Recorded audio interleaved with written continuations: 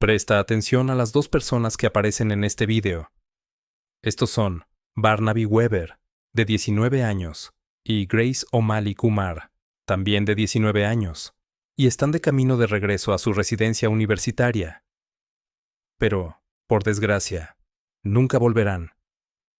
Minutos antes, ambos habían estado de fiesta en la discoteca Prism, donde celebraron el fin de sus exámenes antes de decidir regresar caminando a su residencia universitaria. Ya habían llegado a Ilkeston Road, a pocas cuadras de su destino, cuando vieron una figura vestida de negro en otra calle. Acaba de verlos, y los estudiantes están cayendo directamente en su trampa. Luego se ve al mismo hombre alejándose tranquilamente de la calle, donde acababa de cometer los asesinatos. Pero aquello era solo el comienzo. Las víctimas y el asesino. La Universidad de Nottingham, un lugar de estudio académico y hogar de más de 34,000 estudiantes. Fue en este entorno donde Grace O'Malley Kumar, de 19 años, y Barnaby Weber, de 19 años, comenzaron sus vidas adultas. Grace era estudiante de medicina de primer año. Sus padres, ambos médicos, la inspiraron a dedicar su vida al servicio público. Su dedicación era igualada por su talento atlético. Era una jugadora de hockey de élite, que había competido en la selección inglesa sub-18, y era una pieza clave del equipo de la universidad. Por otro lado, Barnaby era un estudiante de primer año de historia de Taunton. Era conocido por su pasión por el cricket, y había sido seleccionado para el equipo de la universidad. Los dos amigos se conocieron, y forjaron un vínculo durante su primer año de vida universitaria. Y la noche del ataque, estaban celebrando el fin de sus exámenes. Habían completado con éxito su primer año y estaban a pocos pasos de sus residencias estudiantiles. Esta universidad era también la antigua residencia de su agresor.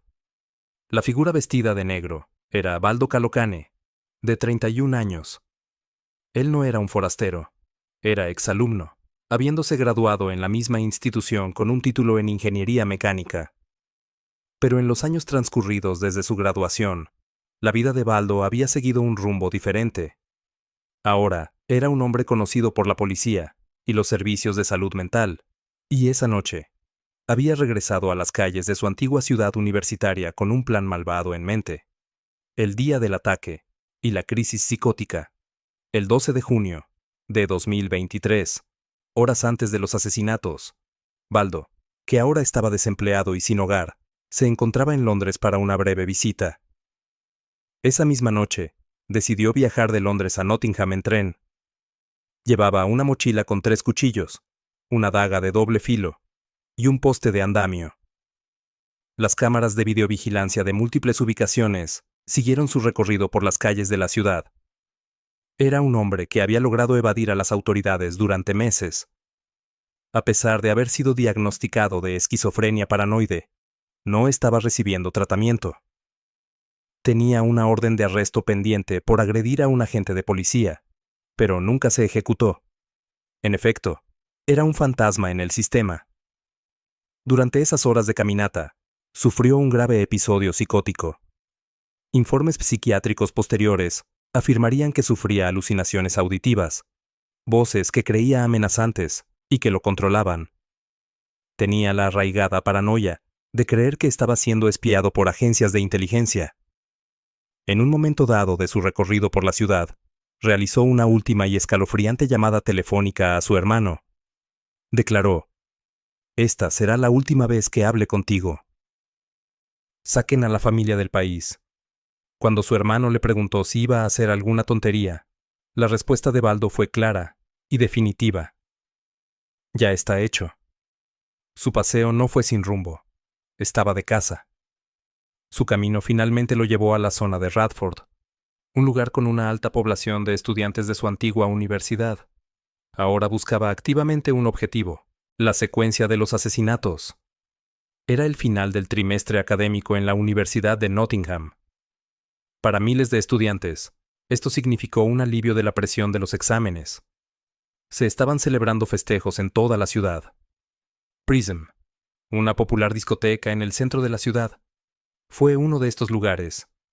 Grace, de 19 años, y Barnaby Weber, también de 19 años, estaban en el club esa noche. Se encontraban entre grupos de amigos y otros estudiantes que celebraban la finalización de sus exámenes de primer año. Alrededor de las 3 de la madrugada del día siguiente, salieron del club, donde comenzaron su último camino de regreso a su alojamiento estudiantil, un trayecto de poco más de 1 milla.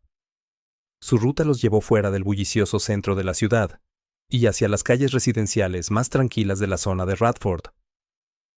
Cuando llegaron a Ilkeston Road, eran aproximadamente las 4 de la madrugada. Este era el tramo final de su viaje. Ahora se encontraban a tan solo unas cuadras de la seguridad de sus habitaciones en la residencia estudiantil. Cuando Grace y Barnaby llegaron al cruce de Ilkeston Road, decidieron tomar un atajo popular por un oscuro callejón peatonal.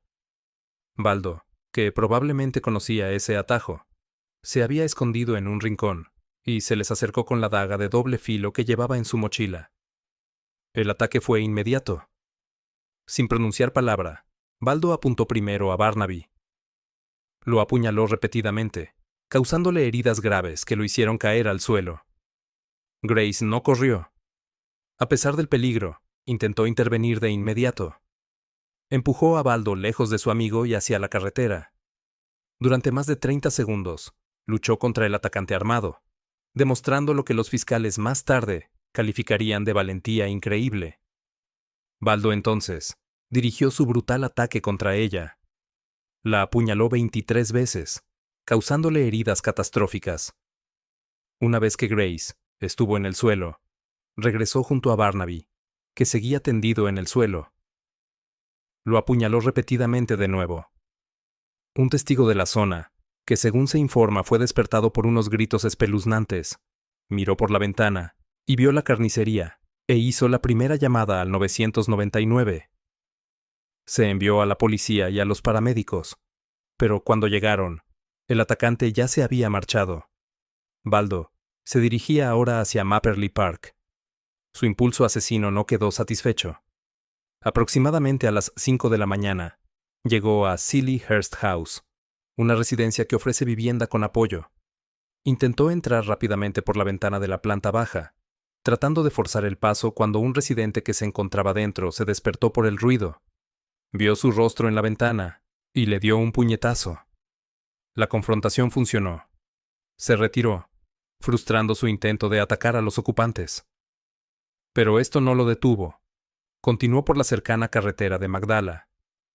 Fue allí, apenas unos minutos después, donde encontró a su tercera víctima. Ian Coates, de 65 años, un querido conserje escolar, estaba en su furgoneta blanca Vauxhall. Iba camino a su trabajo en una escuela primaria local, a tan solo 4 meses de su jubilación. Baldo atacó a Ian con la misma ferocidad despiadada que había empleado contra los estudiantes. Le propinó varias puñaladas en el pecho al hombre de 65 años, causándole 15 heridas. Acto seguido, Baldo sacó a Ian del asiento del conductor y lo dejó tirado en la calle, dándolo por muerto. El caos móvil y la detención. Ahora el método de ataque había cambiado. Baldo tenía un arma y un vehículo. Tomó la furgoneta y su ataque se volvió móvil. Ahora conducía armado hacia el centro de la ciudad, buscando activamente más víctimas. Allí, en la calle Milton, vio a su siguiente objetivo, un peatón llamado Wayne Burkett, que estaba cruzando la calle. Baldo giró bruscamente la furgoneta a gran velocidad, golpeando al hombre por detrás. La fuerza del impacto lo lanzó por los aires y cayó sobre el pavimento, sufriendo graves lesiones en la cabeza y la pelvis. Pero no se detuvo ahí. Minutos después, continuó hacia Upper Parliament Street, donde vio a otros 2 peatones, Martian Gabansky y Sharon Miller, de pie en una isleta peatonal. Baldo apuntó la furgoneta directamente hacia ellos, aceleró hacia la isla y los atropelló a ambos antes de huir. Ambos resultaron con heridas importantes, pero sobrevivieron. Para entonces, la policía estaba respondiendo a múltiples incidentes que se intensificaban en toda la ciudad. Un coche patrulla de la policía localizó la furgoneta blanca robada y se inició una persecución. Los agentes siguieron la furgoneta mientras circulaba por Bentinck Road, donde lograron acorralarla con sus vehículos y detenerla. Cuando los agentes armados rodearon la furgoneta y le ordenaron que saliera, Baldo sacó un cuchillo. 2 agentes distintos le aplicaron una descarga eléctrica inmediatamente, lo que provocó que soltara el arma. Los agentes de policía lo sacaron entonces del asiento del conductor y lo arrestaron en el suelo. A las 5:34 de la mañana, apenas 90 minutos después de la primera llamada al 999, desde Ilkeston Road, el alboroto había terminado. La ciudad estaba en estado de alerta máxima, tras registrarse 3 muertos y otros 3 heridos graves. El responsable estaba detenido, pero el motivo de todo esto revelaría un fallo catastrófico de los sistemas destinados a proteger al público. Fallos catastróficos del sistema. La detención de Baldo Calocane sacó a la luz una historia de fallos sistémicos y catastróficos. No era un desconocido para las autoridades. Era un graduado inteligente de la Universidad de Nottingham, al que le diagnosticaron esquizofrenia paranoide en 2020. Lo que siguió fue una cascada de oportunidades perdidas durante varios años en múltiples agencias. Su familia había advertido repetidamente a los servicios de salud mental de que representaba un peligro para sí mismo y para los demás.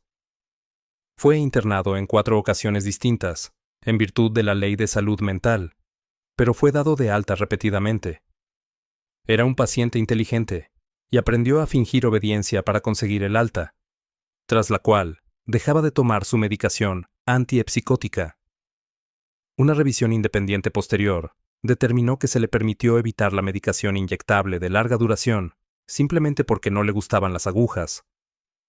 Las advertencias no provenían solo de la familia, procedían del propio sistema sanitario.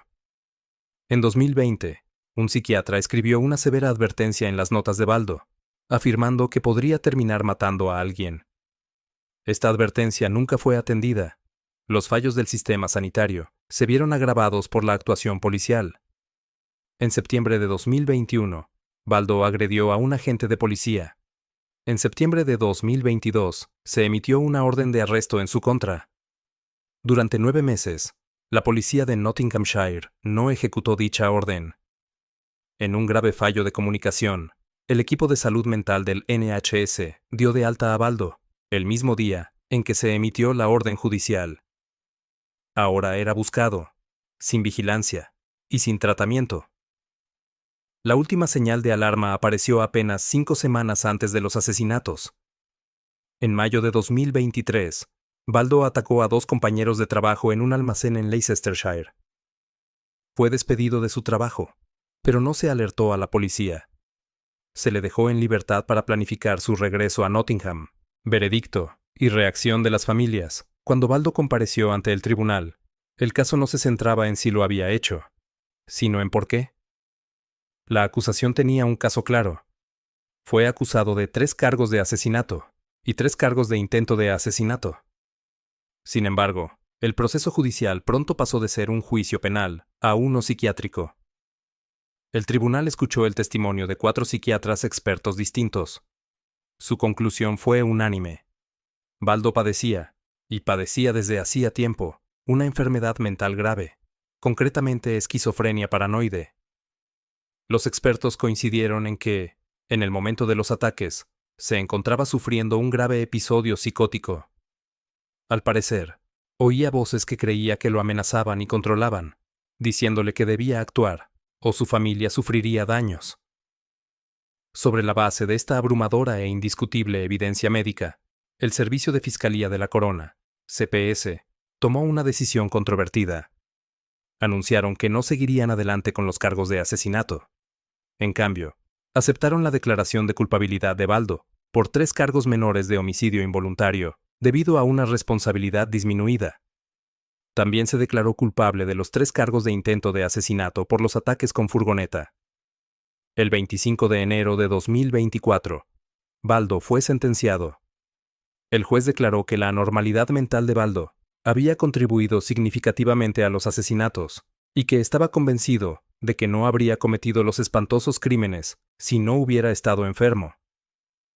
Baldo fue condenado a un internamiento hospitalario indefinido en un centro psiquiátrico de alta seguridad. Para las familias de sus víctimas, esta conclusión legal no fue justicia. Fue la traición final, la campaña por la rendición de cuentas. El veredicto judicial supuso un golpe devastador para las familias de Barnaby Weber, Grace O'Malley Kumar e Ian Coates. Habían acudido al tribunal buscando justicia por asesinato, pero en cambio, se les presentó un veredicto de homicidio involuntario. De pie en las escaleras del juzgado, la madre de Barnaby, Emma Weber, habló en nombre de todas las familias. Declaró que no se ha hecho verdadera justicia, tildando a Baldo de monstruo y acusando al Servicio de Fiscalía de la Corona de un manejo ridículo del caso. Para las familias, el veredicto de responsabilidad disminuida no fue una explicación, sino una excusa, posible únicamente gracias a los fallos de otros organismos. Consideraban que el juicio se había centrado demasiado en el estado mental de Baldo, ignorando la cascada de fallos del NHS y de la policía de Nottinghamshire que le permitieron estar en la calle. Su dolor se transformó en una formidable campaña por la rendición de cuentas. Las familias se unieron, negándose a que la muerte de sus seres queridos quedara relegada a una nota a pie de página en un informe psiquiátrico. Criticaron públicamente a la policía por no ejecutar la orden de arresto y al fideicomiso del NHS por sus repetidas altas negligentes de un paciente claramente peligroso. Argumentaron que los ataques no solo eran prevenibles, sino que también se podían predecir. Su presión constante, sus declaraciones públicas elocuentes y sus reuniones con funcionarios gubernamentales pusieron el tema en el centro del debate nacional. Exigieron una investigación pública independiente y completa sobre las acciones de la policía, la Fiscalía y el Servicio Nacional de Salud, NHS. Argumentaban que solo así se podría descubrir toda la verdad sobre las fallas sistémicas. A principios de 2024, el gobierno cedió. Se anunció una investigación pública independiente y exhaustiva sobre las acciones de la policía, la Fiscalía y el Servicio Nacional de Salud, NHS. La pelea de la familia había logrado cambiar el rumbo de la historia. El caso ya no se trataba solo de los horribles actos de un hombre enfermo.